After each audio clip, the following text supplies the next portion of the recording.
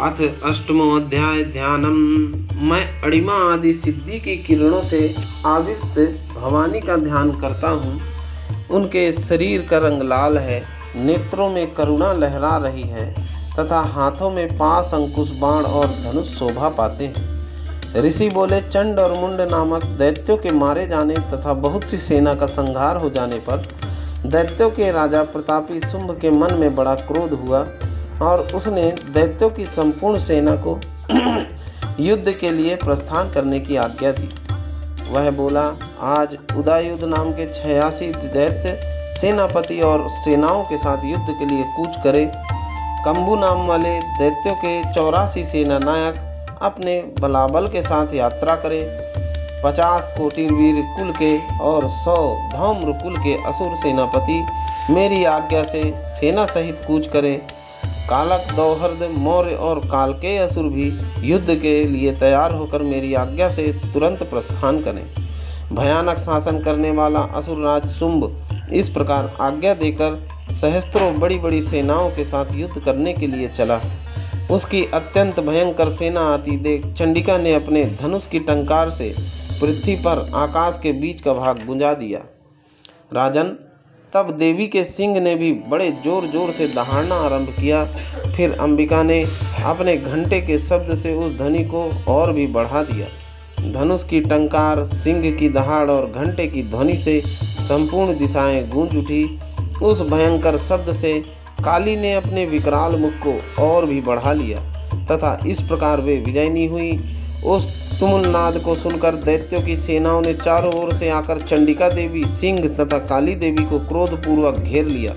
राजन, इसी बीच में असुरों के विनाश तथा देवताओं के अभ्युदय के लिए ब्रह्मा, शिव, कार्तिकेय, विष्णु तथा इंद्र आदि देवों के शक्तियां जो अत्यंत पराक्रम और बल से संपन्न थीं, उनके शरीर से निकलकर उन्हीं के रूप में चंडिका देवी के पास गई।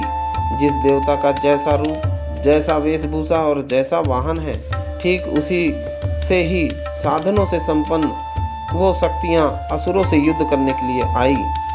सबसे पहले हंस युक्त विमान पर बैठी हुई अक्षसूत्र और कमंडलू से सुशोभित ब्रह्मा जी की शक्ति उत्पन्न हुई, जिसे ब्रह्माणी कहते हैं। महादेव जी की शक्ति वृषभ में आरूढ़ हो, हाथों में श्रेष्ठ त्रिशूल धारण किए, महानाग का कंकड़ पहने, मस्तक में चंद्र रेखा से विभूषित होकर वहां आ पहुंची। कार्तिकेय जी की शक्ति रूपा जो जगदम्बिका, उन्हीं का रूप धारण किए श्रेष्ठ मयूर पर आरूढ़ होकर हाथ में शक्ति लिए दैत्यों से युद्ध करने के लिए आई।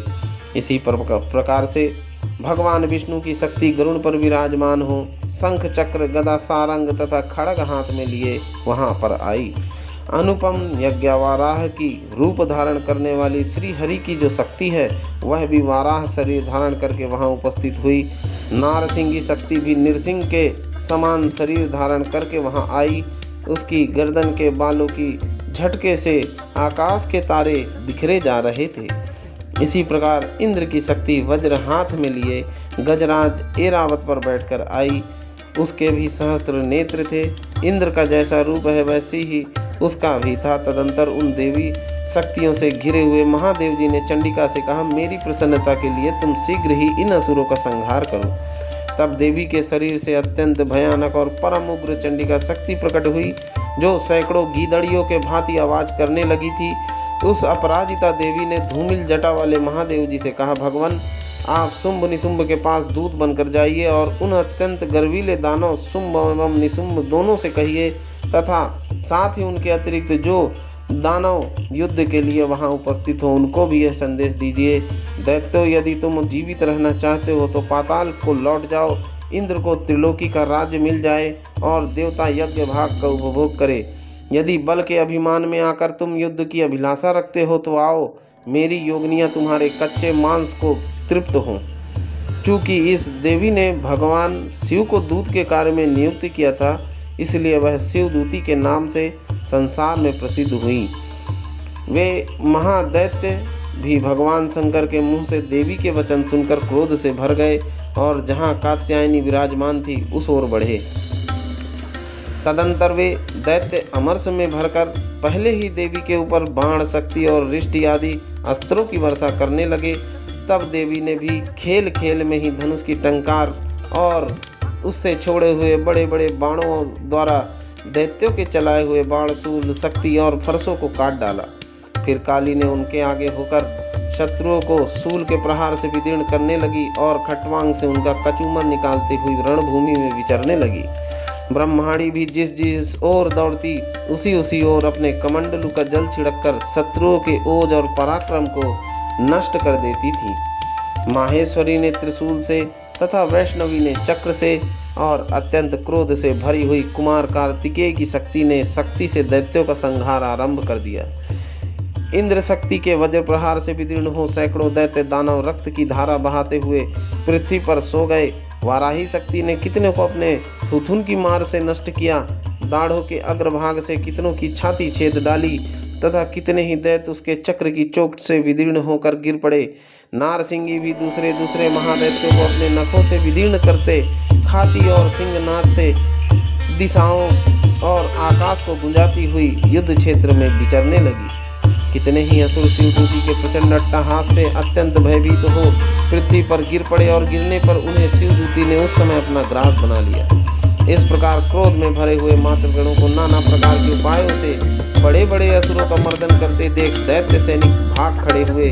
मातृगणों से पीड़ित दैत्यों को युद्ध से भागते देख रक्तबीज नामक दैत्य महादैत्य क्रोध से भरकर युद्ध के लिए आया। उसके शरीर से जब रक्त की बूंद पृथ्वी पर गिरती तब उसी के समान शक्तिशाली एक दूसरा महादैत्य पृथ्वी पर उत्पन्न हो जाता। महाअसुर रक्तबीज हाथ में गदा लेकर इंद्र शक्ति के साथ युद्ध करने लगा। तब ऐन्द्री ने अपने वज्र से रक्तबीज को मारा। वज्र से घायल होने पर उसके शरीर से बहुत सा रक्त टपका। जिसके शरीर से रक्त की जितनी बूंद गिरी उतने ही राक्षस उत्पन्न हो गए। वे सब रक्तबीज के ही समान वीर्यवान, बलवान तथा पराक्रमी थे। रक्त से उत्पन्न होने वाले वे राक्षस भी अत्यंत भयंकर अस्त्रों शस्त्रों का प्रहार करते हुए मातृगणों को साथ घोर युद्ध करने लगे। पुनः वज्र के प्रहार से जब रक्तबीज का मस्तक घायल हुआ तब रक्त बहने लगा और उससे हजारों राक्षस उत्पन्न हो गए। वैष्णवी ने युद्ध में रक्तबीज पर चक्र का प्रहार किया तथा ऐन्द्री ने उस दैत्य सेनापति को गदा से चोट पहुंचाई। वैष्णवी के चक्र से घायल होने पर उसने शरीर से जो रक्त बहा और उससे जो उसी के बराबर आकार वाले सहस्त्रों महादैत्य प्रकट हुए, उनके द्वारा संपूर्ण जगत भर गया। कौमारी ने शक्ति से, वाराही ने खड़ग से और माहेश्वरी ने त्रिशूल से महादैत्य रक्तबीज को घायल किया। क्रोध से भरे हुए उस महादैत्य रक्तबीज ने भी गदा से सभी माता शक्तियों पर अलग अलग प्रहार किए। शक्ति और शूल आदि से अनेक बार घायल होने पर जो उनके शरीर से रक्त की धारा पृथ्वी पर गिरी उससे भी निश्चय ही सैकड़ों असुर उत्पन्न हुए। इस प्रकार रोष महादैत्य के रक्त से प्रकट हुए असुरों द्वारा सारा संसार व्याप्त हो गया। इससे उन देवताओं को बड़ा भय हुआ। देवताओं उस दृश्य को देखकर खिन्न चित्त दिखाई देने लगे। तब चंडिका ने काली से शीघ्रता पूर्वक कहा, चामुंडे, तुम अपना मुंह और भी अधिक फैलाओ तथा मेरे शास्त्राघात से गिरने वाले रक्त बिंदुओं और उनसे उत्पन्न होने वाले महादैत्य को तुम अपने इस उतावले मुख में खा जाओ। इस प्रकार रक्त से उत्पन्न होने वाले महादैत्यों का भक्षण करती हुई तुम रण में विचरती रहो। ऐसा करने से उस दैत्य का सारा रक्त क्षीण हो जाएगा और वह स्वयं ही नष्ट हो जाएगा। उन भयंकर दैत्यों को जब तुम खा जाओगी तब तो वह दूसरे नए दैत्य उत्पन्न नहीं हो सकेंगे। काली से यह कहकर चंडिका देवी ने शूल से रक्तबीज को मारा। तब काली ने अपने मुख में उसका सारा रक्त ले लिया तो रक्तबीज ने वहां चंडिका पर गदा से प्रहार किया, किंतु उस गदा प्रहार ने देवी को तनिक भी वेदना नहीं पहुंचाई। तत्पश्चात रक्तबीज के घायल शरीर से बहुत सा रक्त गिरा, किंतु जो ही वह गिरा त्यों ही चामुंडा ने अपने मुख में ले लिया। रक्त गिरने से काली के मुख में जो महादैत्य उत्पन्न हुए उन्हें भी वह चट कर गई और उसने रक्तबीज का रक्त भी पी लिया। तत्पश्चात देवी के रक्तबीज को, जिसका रक्त चामुंडा ने पी लिया था, वज्रबाण, खड़ग आदि से मार डाला। राजन, इस प्रकार शस्त्रों के समुदाय से आहित एवं रक्तहीन हुआ महादैत्य रक्त बीज पृथ्वी पर गिर पड़ा। इससे देवताओं को अनुपम हर्ष की प्राप्ति हुई और मातृगण उन असुरों के रक्तपान से मदमत्त होकर नृत्य करने लगे। श्री मार्कंडेय पुराण में सावर्णिक मनवंतर की कथा के अंतर्गत देवी महात्म्य में रक्त बीज वध नामक 8वां अध्याय पूरा हुआ।